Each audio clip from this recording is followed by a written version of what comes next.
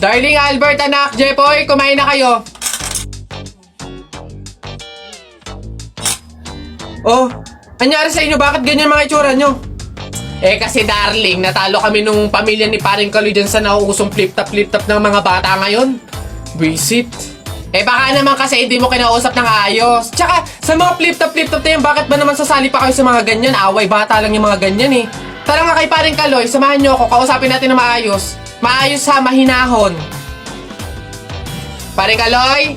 Paring Kaloy? Sino yun? Hoy, Marindelia! Napasadya ka, anong meron?